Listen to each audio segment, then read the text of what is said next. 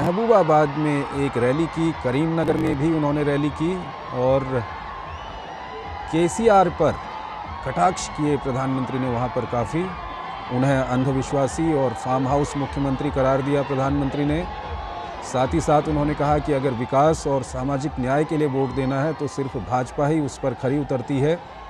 प्रधानमंत्री ने इस दौरान पूर्व प्रधानमंत्री नरसिम्हा राव को भी याद किया और अब प्रधानमंत्री इस वक्त हैदराबाद में रोड शो कर रहे हैं। ये सीधी दृश्य हम आपको दिखा रहे हैं। हमारे संवाददाता, वरिष्ठ संवाददाता विनोद मिश्रा हमारे साथ जुड़ चुके हैं।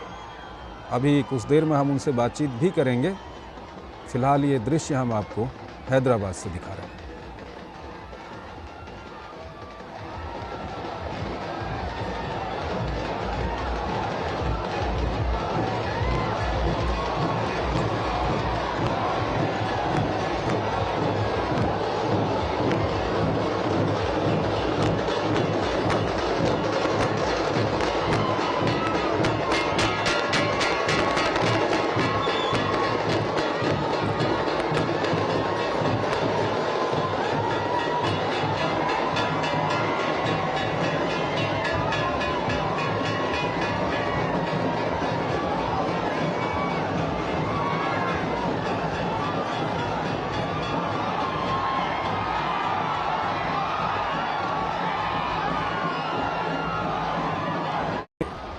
कई लोग वहां पर पहुंचे हुए हैं, तो ये सीधे दृश्य इस वक्त हम आपको दिखा रहे हैं हैदराबाद से, जहां पर प्रधानमंत्री नरेंद्र मोदी का रोड शो इस वक्त शुरू हो चुका है।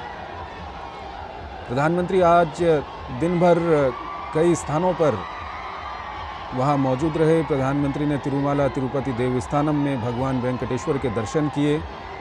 उस पहल में केसीआर सबसे पहले थे। आप देख रहे थे कि सारे चीफ मिनिस्टर से मिल रहे थे और वो बता रहे थे कि प्राइम मिनिस्टर मोदी के मुकाबले में वही सिर्फ एक नेतृत्व है दे सकते हैं, और उसके लिए थर्ड फ्रंट के नाम से सारे जो अपोजिशन के चीफ मिनिस्टर थे उनसे मिलना शुरू किया था। उसके बाद आप देखेंगे कि फिर ममता बनर्जी ने भी एक पहल वहां से पश्चिम बंगाल से शुरू किया और उसके बाद उन्होंने भी चीफ मिनिस्टर का दौरा शुरू किया था। लेकिन दोनों दलों के जो पॉलिटिक्स को आप समझेंगे तो दोनों दल जो है एक तरह से हैंड ओवर दे रहे हैं। केसीआर अपने बेटे को सत्ता सौंपने के लिए, राष्ट्रीय राजनीति में भूमिका बनाने के लिए बीआरएस बनाया, तो ममता बनर्जी बंगाल में अपने भतीजे अभिषेक बनर्जी को सत्ता में, वहां के स्टेट का पूरा जो पॉलिटिकल एक्टिविटी से लेके सत्ता है, अपने भतीजे को ट्रांसफर करके केंद्रीय नेतृत्व में अपनी भूमिका आगे बढ़ाई।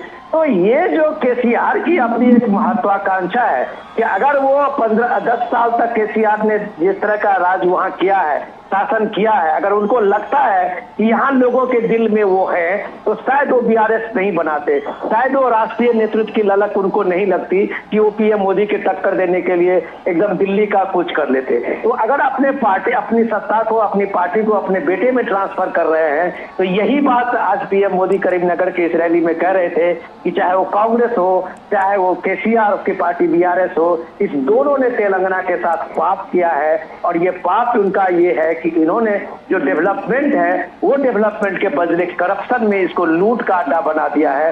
तो प्राइम मिनिस्टर मोदी आज भी अपने रैली में कह रहे थे कि अगर बीजेपी की यहाँ सरकार बनती है तो केसीआर के एक जितने भी घोटाले